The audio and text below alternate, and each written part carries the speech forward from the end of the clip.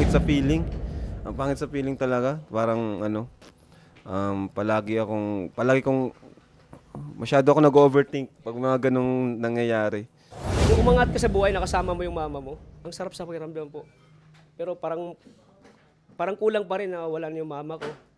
Parang sa isip ko pa rin na sana nung ito ang buhay ko ngayon, sana buhay pa yung mama ko kasi gusto kong ibigay lahat ng pangailangan ng mama ko.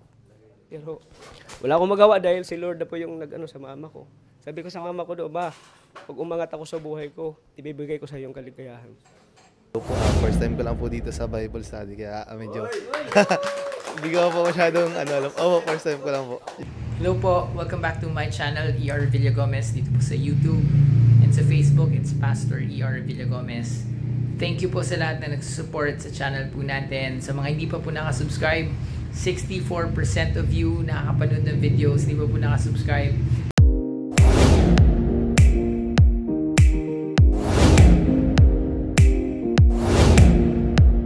Isang bagay na pwede nyo ipagpasalamat kay Lord at isang bagay naman na hindi maganda nangyari pero pwede natin ipag-pray.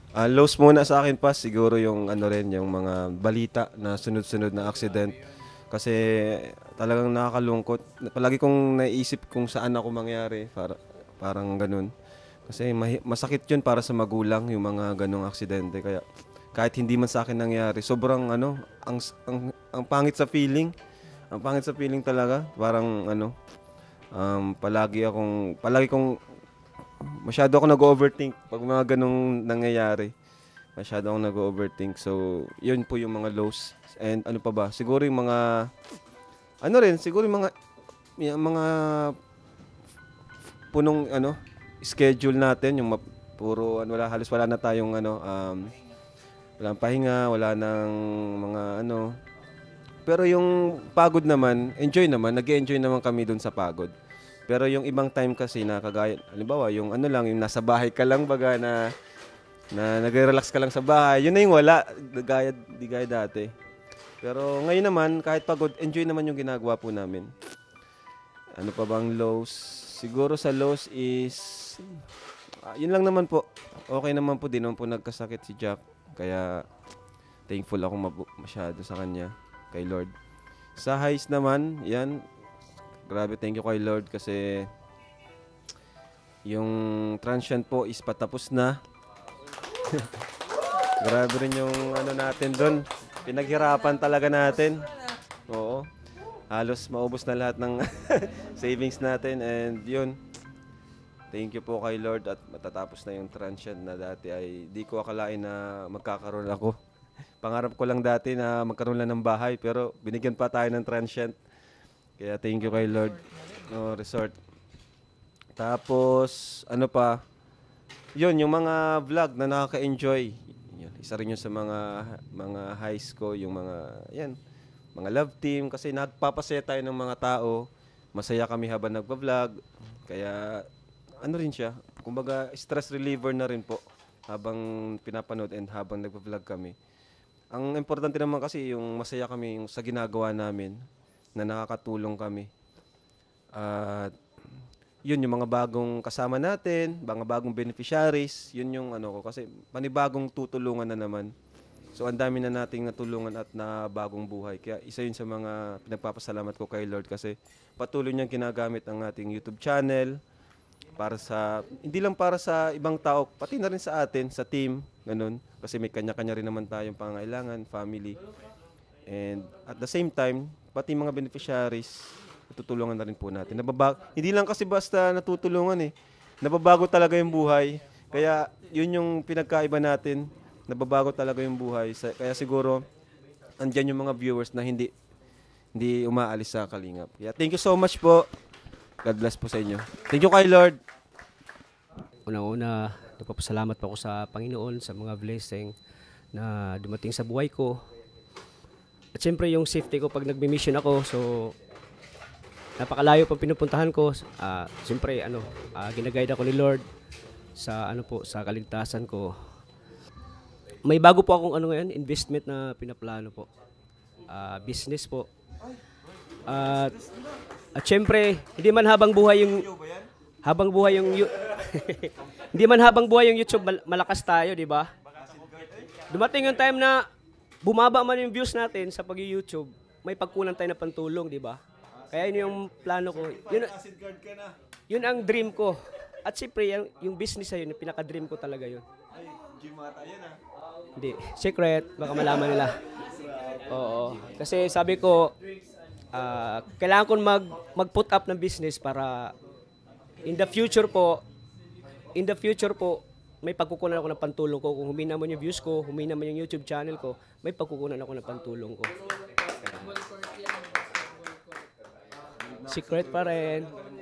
Kasi marami akong na-inspire ako sa mga pag tumitingin ako dun sa mga about business, na-inspire ako. Sabi ko, siyempre pag ganyan, may pira pa tayo, invest tayo ng pera natin. Para pagdating ng panahon, may may pagkukunan tayo ng pantulong natin. Halimbawa, humina. Hindi natin alam kasi pagka biglang humina yung YouTube channel natin, di ba? Pero okay pa naman yan. Okay pa naman yung revenue ko. Tuloy-tuloy pa rin yung blessing na binibigay ni Lord sa akin. At syempre, nagpapasalamat ako lagi kay Kalinga Prab. Grabe. Bro, idol na idol talaga kita. Ikaw yung talagang inspirasyon ko habang nabuhay ako dito, si Papa mo. Kayo yung dalawa yung talagang na-inspire ako sa inyo. Kaya, pasalamat po ako kay Lord lagi. At syempre, sa halos ko, natalo yung Lakers ko.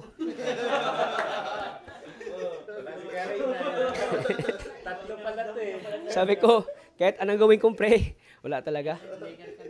Talo pa rin. Pero comeback and stronger, Lebron. Ayan. At syempre, yung mama ko pa rin. Hanggang ngayon, nami-miss ko pa rin yung mama ko. Iba kasi yung umangat ka sa buhay na kasama mo yung mama mo. Ang sarap sa pakiramdam po. Pero parang kulang pa rin na wala na yung mama ko. Parang sa isip ko pa rin na sana nung ito ang buhay ko ngayon, sana buhay pa yung mama ko kasi gusto kong ibigay lahat ng pangailangan ng mama ko. Pero wala akong magawa dahil si Lord na po yung nag-ano sa mama ko. Sabi ko sa mama ko doon, pag umangat ako sa buhay ko, ibibigay ko sa iyo yung kaligayahan. Pero wala talaga. Iniwan ako ng mama ko. Kaya ito yung pinaka-malungkot na nangyari sa buhay ko hanggang sa mawala man ako sa mundo. Dala-dala ko pa rin yung pagmamahal ko sa mama ko. Yung love life ko. Hanggang ngayon, wala pa rin akong love life. Hanapan niyo naman ako. At siyempre, masarap sa pakiramdam yung may inspirasyon ka. Nagbablog ka. Ay, wala na yun.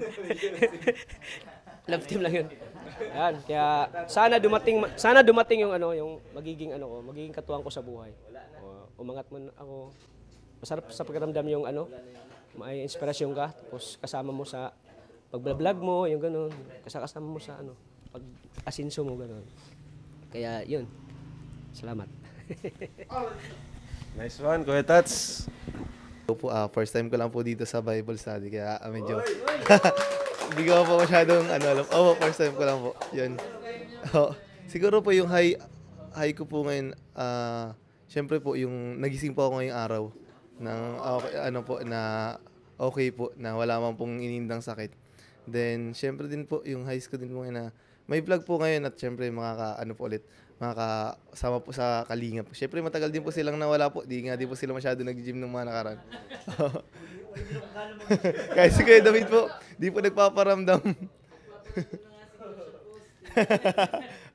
And siguro po yung lows ko po ngayon is, syempre yun din po, mababa po yung revenue. Wala rin po masyadong client, kaya yun po. Pero thankful pa rin po na nagpo-provide pa rin po si God kahit medyo financially problem po. Pa rin po, nakaka-survive pa rin po sa araw-araw. And pa rin po, okay pa rin naman po yung buhay. Yung basta siguro po makasurvive lang din po, okay na po. Di naman ako naiinggit, masaya ako na masaya kayo doon. Pero malungkot lang talaga dito at wala kayo. Siguro nakakamiss na yung bahay. Sa bahay talaga namin. Kasi di ba po ay lumipat na ako. So, nakakamiss yung makita sila mama pagising, tapos bago matulog. So, ayun. Yun lang yung nakakalungkot. Siguro thank you po kay Lord kasi nag-alis kami ng Dait. Nakabalik ng Dait na safe. At walang iniindang At saka, sa lahat po ng lakad namin, itong last lang na ano na pinakanaramdaman kong asaya. Kasi ano tawag dito yung na ano ako ay Kevin, sorry. Hindi yung ano kasi karamihan naalala ko palagi pag nag-a-abroad eh. Pag naalis na po sila, ihatid ko na sa airport, doon ko nararamdaman yung ano eh. Paano ako na lang mag-isa dito? Oh, paano na? Iniisip ko na kung uwi ako o dito na lang. Kaso ilang days maghihintay kaya yung biyahe nitong huli yun ang pinakamasaya talaga doon ano, sama-sama. At saka ano sa ano naman sa low siguro sa mga nakikita ko sa lalo yung mga biyahe na maraming disgrasya. Isa po yan sa nagpapaano ay grabe, sobrang dami na daanan namin na talagang mapapaisip ka ganito ba talaga. Pero sana po sa mga rider, mga driver, doble ingat po kasi hindi lang po tayo, meron pa pong iba na nadadamay eh. Yung mga walang kamalay-malay, tas yung pang nadadamay doon, napupuruhan. Kaya yun talaga. Sana doble ingat po. At siyempre, mag-pray po bago umalis. Pasalamatan ko po yung, nakagraduate na po yung anak ko. Ano na po, college na. Po. So, saka sa mga blessings din siyempre. Salamat kay Boss Rap siyempre din.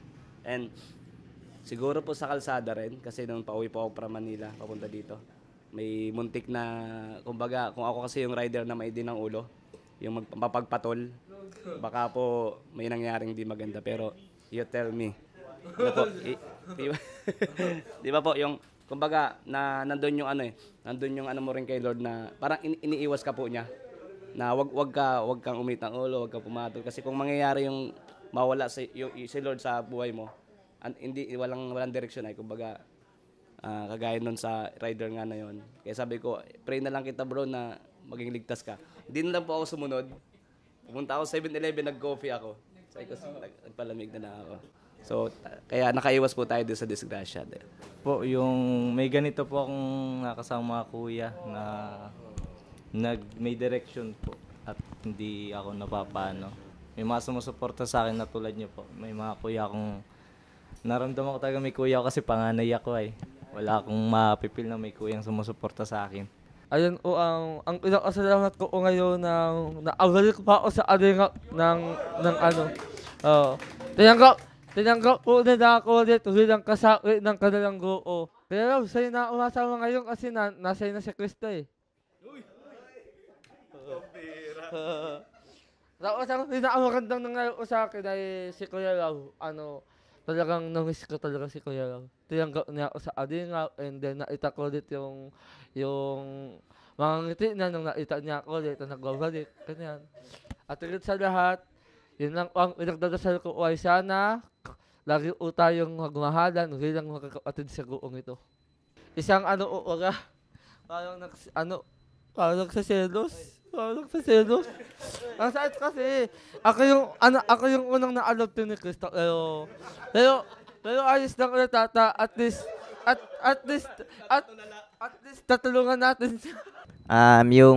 Siguro yung magandang bagay na nangyari. Yung gigising ako na nakakita ako, then yung okay tayong lahat, at siyempre yung pamilya ko. Ngayon ay mabuti pa rin naman ng takbo. So, napakagandang pangyayari sa buhay ko. Maganda yun, araw-araw blessed. At ang negative naman sa akin, medyo nagkasakit lang yung yung pamangkin ko ng konti. So, pabalik-balik yung sakit. Kaunting sikat lang na araw, nagkakasakit na. Sakitin kasi siguro kulang sa buwan, pero ngayon okay na naman. So, blessed pa rin kasi hindi naman malala yung mga sakit. Kayang-kaya naman ng katawan at yun. Sa akin naman, yung high ko ay yung patuloy na paggabay ni Lord sa akin. Lagi niya akong ginagabayan, binibigyan ng lakas sa araw-araw at hindi po tayo pinapabayaan na magkasakit. At yung fighting spirit natin, nandyan pa rin. Hindi tayo nawawalan ng pag-asa. Tapos yung loss ko naman is about sa gusto man natin yung gusto natin na talagang tumulong pero kulang ka talaga sa financial. Kahit nandyan yung awa mo, sobrang awa mo, talagang kulang na kulang. Yun po yung loss ko ngayon.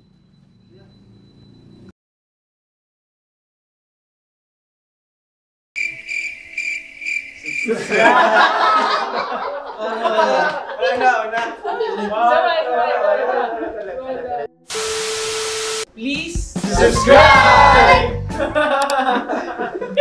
YouTuber. Salamat po sa inyo. Thank you.